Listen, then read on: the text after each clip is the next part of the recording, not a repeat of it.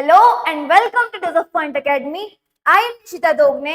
और आज से जो वीडियोस आपके पास आएंगे ना, अब से जो वीडियोस होंगे वो आपके लिए बहुत ही ज्यादा इंपॉर्टेंट होने वाले हैं, क्योंकि अब से हम करने वाले हैं मोस्ट रिपीटेड और most important questions class 10th social science के। ठीक है, ये जो क्वेश्चंस है जो हम करने वाले हैं वो आपके प्रीवियस ईयर क्वेश्चन पेपर अगर आप उठा के देखोगे तो वहां पर बहुत ही ज्यादा रिपीट हुए हैं, है ना। हर एक दो साल में क्वेश्चन जो है वो आपके पेपर में आते ही आते हैं और यहीं से इनकी इंपॉर्टेंस जो है वो बहुत ज्यादा बढ़ जाती है और इनका वेटेज जो है ना वो बहुत ही अच्छा खासा होता है। ठीक है, इनका वेटेज भी अच्छा खासा होता है और हम करने वाले हैं एक सीरीज स्टार्ट, ठीक है, जिसमें हम डेली डेली 2 से 3 जो क्वेश्चंस है आपके जो मोस्ट इंपॉर्टेंट और मोस्ट रिपीटेड क्वेश्चंस है वो डेली करेंगे। ठीक है, तो आज मेरे पास जो क्वेश्चंस है, आज जो मेरे पास क्वेश्चन है वो आपके एग्जाम में बहुत ही रिपीट हुआ है। ठीक है, आप इसे हर एक दो साल के गैप में हर पेपर में देख सकते हो। ठीक है, ये एक स्पेसिफिक टॉपिक ही है। ठीक है, ये एक स्पेसिफिक टॉपिक ही है मेरे क्लास 10th इकोनॉमिक्स के चैप्टर नंबर 2 जो है सेक्टर ऑफ इंडियन इकोनॉमी, उसका एक इंपॉर्टेंट टॉपिक ही है। ठीक है, यहीं से जो क्वेश्चन है वो अलग अलग तरीकों से वो पूछ लेते हैं आपसे। ठीक है, और एक क्वेश्चन जो है वो मेरा है explain the importance of the service sector और टर्शरी सेक्टर। ठीक है, हमारे पास एक टॉपिक है rising importance of tertiary sector in production. ठीक है, टर्शरी सेक्टर की जो इतनी इंपॉर्टेंस जो थी वो क्यों बढ़ी थी इतनी ज्यादा। ठीक है, तो ये क्वेश्चन जो है वो आप देख सकते हो 2013 में, 2015, 17, 20 और भी बहुत सारे क्वेश्चंस और भी पेपर्स में जो है वो ये पूछा गया है बहुत बार।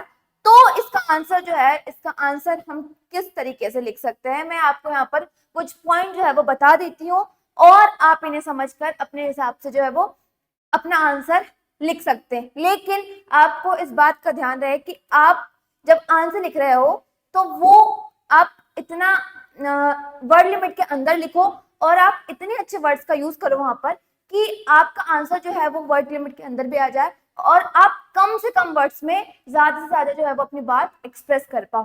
ठीक है, तो मेरे पास कुछ पॉइंट्स आते हैं टर्शरी सेक्टर के कि क्यों इतना ज्यादा इंपॉर्टेंस था। तो पहला ही पॉइंट जो मेरे पास आता है, tertiary sector has become important in India because basic services like hospital, education, post and telegraph, court, etc. are the responsibility of the government in developing countries. ठीक है, हमारी जो एजुकेशन है, हॉस्पिटल्स है, टेलीग्राफ एंड पोस्ट है, हमारा court है, ये सारी जो सर्विसेज है ये एक डेवलपिंग कंट्रीज के लिए और डेवलप कंट्रीज के लिए भी बेसिक सर्विसेज है। ठीक है, ये जो सर्विसेज है ये एक सिटीजन को मतलब देना ही देना पड़ता है गवर्नमेंट को। ठीक है, ये सारे ऐसी सर्विसेज है जो कि हमारी कंट्रीज को डेवलप करने में हेल्प करेंगी। ठीक है, तो ये हमारे लिए बहुत ज्यादा इंपॉर्टेंट हो जाती है सर्विसेज, और ये सर्विसेज मुझे कहाँ से मिलती है, टर्शरी सेक्टर से, है ना। तो अगर टर्शरी सेक्टर नहीं होगा तो ये सर्विसेज भी नहीं होगी, और ये सर्विसेज क्या है, बेसिक सर्विसेज है, ये तो मुझे चाहिए ही चाहिए। तो यहाँ से मेरी टर्शरी सेक्टर की बहुत ज्यादा इंपॉर्टेंस जो है वो बढ़ जाती है कि बेसिक सर्विसेज जो है मेरी hospital, education, telegraph and post, court, ये सारी जो सर्विसेज है ये एक गवर्नमेंट की रिस्पॉन्सिबिलिटी है एक डेवलपिंग कंट्री के अंदर। दूसरा मेरे पास पॉइंट जो आता है वो है the increase in the income of people और income level of people demanding for tourism, shopping, education and the other sectors has increased. ठीक है, जैसे जैसे लोगों की इनकम बढ़ती गई, ठीक है, एक टाइम पर क्या हुआ कि हम कोई भी चीज लेने के लिए सोच रहे होंगे, है ना, या फिर हमें शॉपिंग करना है तो हम वेट करते थे कि यार फेस्टिवल आए फिर जाके कपड़े लेंगे, है ना। लेकिन वो टाइम जब गया और हमारी इंपॉर्टेंस हमारी जो इनकम थी जो वो बढ़ती गई, है ना, और बढ़ गई, तो वहां से क्या हुआ, अब हम सोचते नहीं कि हमें कपड़े जो है वो सिर्फ फेस्टिवल्स पे लेना है ना। पहले लोग क्या करते थे, फेस्टिवल पे सिर्फ कपड़े लेते थे, लेकिन जैसे जैसे इनकम बढ़ी लोगों की डिमांड जो है वो और ज्यादा बढ़ी। अब लोग जो है वो जब मन करता तब कपड़े खरीद लेते हैं, है ना।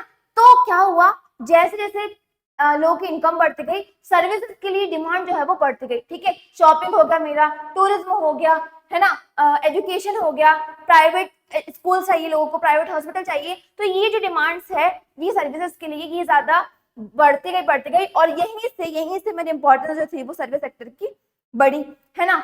तीसरा जो मेरे पास रीजन आता है वो है the origination of new services like information and technology based services, the production of these services is rapidly rising and showing whopping growth. ठीक है, क्या हुआ, टेक्नोलॉजी जब आई, है ना, तो टेक्नोलॉजी जब आई तो अब प्रेजेंट में अगर मैं देखूं तो टेक्नोलॉजी की जो डिमांड है, ठीक है, इंफॉर्मेशनल इंडस्ट्रीज की टेक्नोलॉजी की इतनी ज्यादा जो डिमांड है उसके कारण मेरे टर्शरी सेक्टर की इंपॉर्टेंस मुझे बहुत ज्यादा देखने को मिलती है, क्योंकि टेक्नोलॉजी जो और इंफॉर्मेशन इंडस्ट्रीज है ये मेरी सारी कहाँ पे आती, ये मेरी आती है टर्शरी सेक्टर के अंदर, और इनकी जो है वो डिमांड इतनी ज्यादा बढ़ेगी तो ऑब्वियस सी बात है कि टर्शरी सेक्टर की इंपॉर्टेंस बढ़ती जाएगी, है ना। तो चौथा पॉइंट मेरे पास आता है demand for services such as transport rate storage will increase with the development of primary and secondary sector. ठीक है, हमने पढ़ा था कि सेकेंडरी सेक्टर को सेकेंडरी और प्राइमरी सेक्टर को हमारा सर्विस सेक्टर जो है या फिर टर्शरी सेक्टर है वो सपोर्ट प्रोवाइड करता है। ठीक है, अगर ये नहीं होगा तो इन दोनों की जो डेवलपमेंट है वो रुक जाएगा, है ना, इन दोनों का काम जो है वो वहीं पर रुक जाएगा। ये प्रोडक्शन करके रख लेंगे लेकिन इसको कोई एक जगह से दूसरी जगह ले ही नहीं जा पाएगा, है ना। तो जैसे जैसे इन दोनों का डेवलपमेंट होगा टर्शरी सेक्टर की सर्विसेज की जो डिमांड्स है वो बढ़ेगी, जैसे जैसे टर्शरी सेकेंडरी सेक्टर का और प्राइमरी सेक्टर का डेवलपमेंट होगा वैसे वैसे इन सर्विसेज की जो डिमांड है वो डबल होगी, है ना। अगर मैंने प्राइमरी सेक्टर में कुछ प्रोड्यूस किया तो उसको एक जगह से दूसरे में कौन लेके जाएगा, अगर हमारे फार्मर्स को लोन चाहिए या किसी को इंडस्ट्रीज जो है वो बनानी है, फैक्ट्री बनानी है, तो लोन है, इंश्योरेंस है, ये सारी सर्विसेज तो हमारा टर्शरी सेक्टर प्रोवाइड करेगा ना। तो जैसे जैसे हमारी डिमांड बढ़ेगी प्राइमरी सेकेंडरी सेक्टर की, टर्शरी सेक्टर की डिमांड जो है वो अपने आप डबल होती जाएगी। ठीक है, तो यहीं से मुझे चौथा पॉइंट देखने को मिलता है कि टर्शरी सेक्टर मेरे लिए क्यों इंपॉर्टेंट है।